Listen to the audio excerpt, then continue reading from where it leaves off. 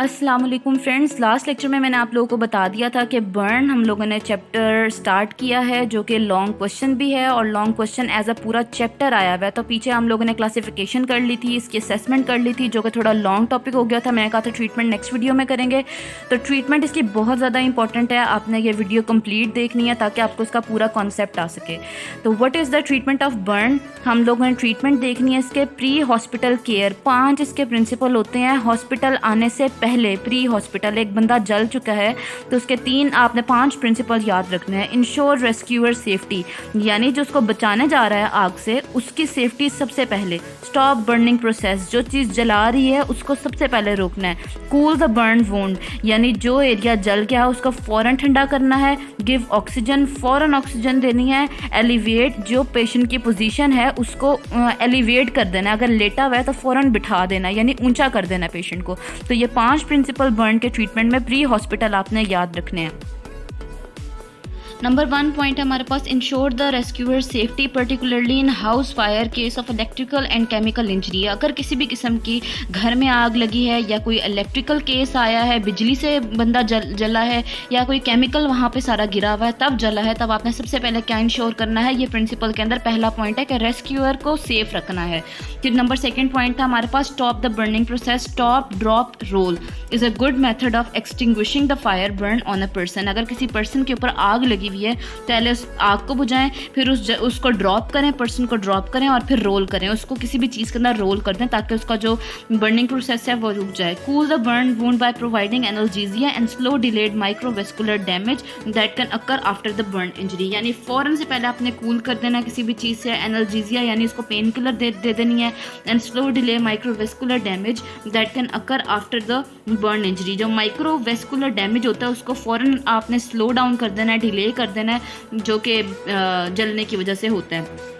फिर नंबर 4 पे है, give oxygen anyone involve in the fire is in close space specially if unconscious. तो तीसरा काम क्या होगा, फ़ौरन से पहले आपने उस जलने वाले पर्सन को ऑक्सीजन प्रोवाइड करनी है, ख़ास तौर पे ऐसा बंदा जो किसी क्लोज स्पेस में जला हो और बेहोश भी हो, तो आपने क्या करनी है कि ऑक्सीजन उसको देनी है। फिर नंबर 5 पे हमारे पास है, sitting a patient up with a burn airway में इम्प्रूव लाइफ सेविंग इवेंट्स। और अगर पेशेंट आपका लेटा हुआ है, अनकॉन्शियस है और बेहोश होकर गिरा हुआ है, तो सबसे पहला काम आपका ये होना चाहिए कि पेशेंट को आप अप कर दें, यानी एलिवेट करके बिठा दें उसको। ये क्या कर सकता है, ये उसकी जान बचा सकता है।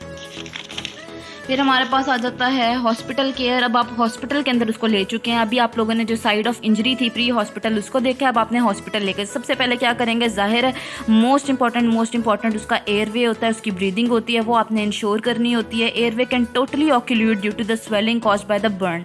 जब हमारे पास कोई पेशेंट बर्न होता है तो उस बर्निंग की वजह से, जलने की वजह से जो उसका एयरवे होता है वो ऑक्यूल्यूट कर जाता है। क्यों ऑक्यूल्यूट कर देता है, क्योंकि जो उसके मसल्स होते हैं वो गले के, ठीक है, लेरिंग्स के करीब, फेरिंग्स के करीब जो हमारे मसल्स होते हैं, लेरेंजियल मसल्स वगैरह, वो क्या होते हैं, वो स्वेल हो सकते हैं, जिसकी वजह से उसकी ब्रीदिंग इंपीड हो सकती है।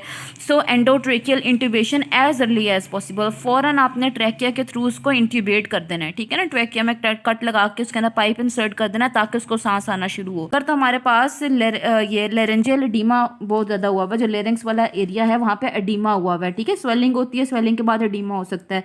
और आप ईटीटी पास नहीं कर सकते। What is ETT, endotracheal intubation.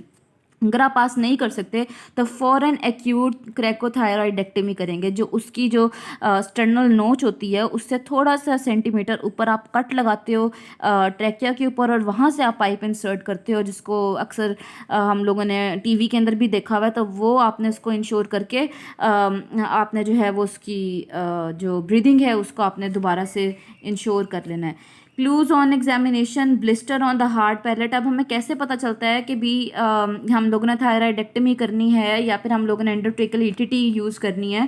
तो ये हमें पता चलता है कि जब हम लोग बहुत अच्छे तरीके से हिस्ट्री लेते हैं। हिस्ट्री से पहले हमें ये चीज़ें नहीं पता चलती। क्लूज ऑन एग्जामिनेशन, जब हम एग्जामिन करते हैं, जैसे कि अगर हम देखें उसके हार्ड पैलेट के ऊपर ब्लिस्टर बना हुआ है, बर्न नेजल म्यूकोजा, उसका नाक का जो जितना भी म्यूकोजा है वो जला हुआ है और नोज़ हेयर्स उसके लॉस हुए हैं, तो ज़ाहिर है ये वैल्यूएबल साइंस हमें पता होना चाहिए कि उसकी स्वेलिंग हो सकती है, लेरिंग्स के अंदर लेरेंजियल एडीमा हो सकता है। अब ब्रीदिंग, इन्हेलेशनल इंजरी ख़ास तौर पे अगर इन्हेलेशनल इंजरी हो, ख़ास तौर पे स्मोक आपने इनहेल किया हुआ हो, तो इंडिकेट करता है कि अपर रेस्पिरेटरी ट्रैक जो है वो बर्न होगा। ठीक है, ये कुछ भी नहीं है, अपर रेस्पिरेटरी ट्रैक आपका बर्न है अगर तो इनहेल आपने किया है गर्म धुआं। इसका ट्रीटमेंट क्या होता है? Physiotherapy, nebulisers and warm humidifier oxygen are useful.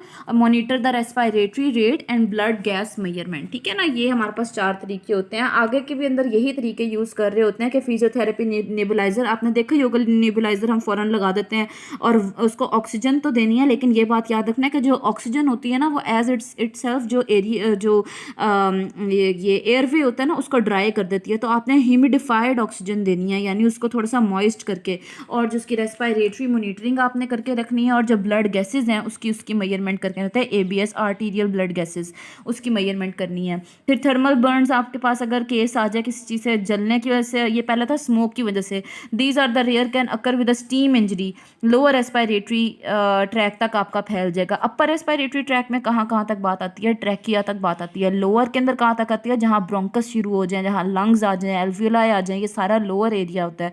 तो अगर आपने स्टीम को इनहेल किया, स्टीम भी तो आप इनहेल कर सकते हो, तो आप वो बहुत ज़्यादा गर्म होती है, तो उससे लोअर रेस्पिरेटरी ट्रैक जो है वो आपका डैमेज हो सकता है।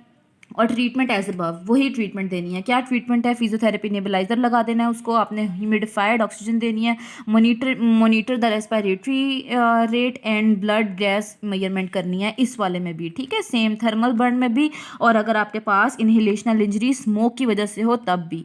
फिर हमारे पास आता है metabolic poisoning. Metabolic poisoning, look for the metabolic poisoning A fire occur in A close place. ठीक है, अगर किसी क्लोज एरिया के अंदर, लेबॉर्ट्री के अंदर या फिर किसी इस तरह के एरिया में जो कि बंद है, तो आप देखो मेटाबॉलिक पॉइजनिंग तो नहीं हुई हुई। ट्रीटमेंट इज़ ऑक्सीजन, आपने उसको ऑक्सीजन देना है फ़ौरन। क्योंकि क्या होता है हमारे पास, अगर हमारे पास किसी बंद एरिया के अंदर आग लग जाए तो ऑक्सीजन तो रिड्यूस हो ही जाती है उस बंद एरिया से, इन्वायरमेंट से। जो कार्बन मोनोऑक्साइड है या फिर जो कार्बन डाइऑक्साइड है, इनकी जो एफिनिटी होती है इन 2 गैसेस की, 3 गैसेस का मैं नाम ले रही हूँ। नंबर 1 इज़ ऑक्सीजन, जो कि हमारी लाइफ की समझो एयर, लाइफ की यानी गैस है ऑक्सीजन। नंबर 2 है कार्बन डाइऑक्साइड। नंबर 3 है कार्बन मोनोऑक्साइड। ये जो 2 है ना, जो कार्बन मोनोऑक्साइड और कार्बन डाइऑक्साइड है, ये लीथल गैसेज हैं, और इनकी एफिनिटी हमारे हीमोग्लोबिन के साथ एज़ कम्पेयर टू ऑक्सीजन ज़्यादा होती है। तो किसी एरिया के अंदर अगर आग लगी हो, उस एरिया के अंदर ऑक्सीजन ज़्यादा होगी या कार्बन डाइऑक्साइड ज़्यादा होगी? ऑब्वियसली कार्बन डाइऑक्साइड ज़्यादा होगी। और अगर कार्बन डाइऑक्साइड हमारे पास ऑक्सीजन से ज़्यादा होगी तो कार्बन डाइऑक्साइड हीमोग्लोबिन के साथ बाइंड कर जाएगी। If the carboxy haemoglobin, carboxy haemoglobin, what is the meaning of carboxy haemoglobin? जब कार्बन डाइऑक्साइड हीमोग्लोबिन के साथ बाइंड कर जाती है तो वो बन जाती है carboxy haemoglobin. If the level of carboxyhemoglobin level is raised above 10%, must be treated with high inspired oxygen for 24 hours. ये बात आपने बहुत अच्छे तरीके से याद रखनी है। मेटाबॉलिक पॉइजनिंग के अंदर आपने ये देखना है कि कार्बोक्सी हीमोग्लोबिन का लेवल 10% से अगर राइज कर गया है तो पेशेंट को 24 घंटे तक हाई इंस्पायर्ड ऑक्सीजन पे रखना है। Mechanical block to breathing. अब मैकेनिकल ब्लॉक टू ब्रीदिंग आपको तो ये आपको नज़र ही आ सकता है कि कोई इशार बने हुए हैं, आपको नज़र आ जाएंगे। इशार मैंने आपको बता दिया, कोई भी ऐसी जगह जो जल के सख्त हो जाती है उसको हम कहते हैं इशार।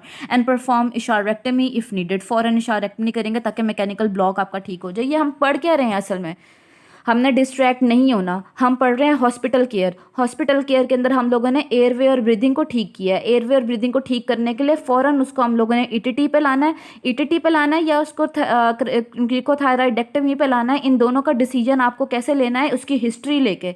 ठीक है, अगर हिस्ट्री के अंदर आपको नज़र आ जाती हैं ये सारी चीज़ें,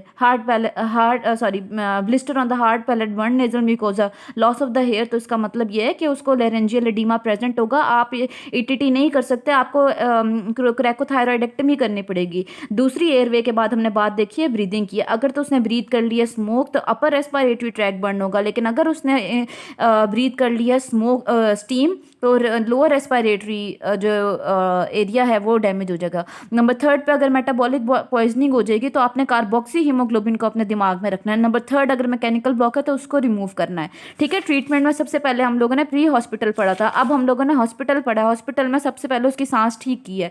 अब हम लोगों ने देखना fluid resuscitation. Fluid resuscitation friends हम लोग नेक्स्ट वीडियो से करेंगे, तो होप आप लोगों को समझ आ गई होगी जिस तरह से मैंने समझाया। अगर फिर भी कोई बात आपको समझ ना आई हो तो आप कमेंट सेक्शन में मुझसे पूछ सकते हैं। तब तक के लिए अल्लाह हाफिज़, और तमकनत फिजियो रिहैब के चैनल को सब्सक्राइब करना ना भूलिएगा। Thank you so much.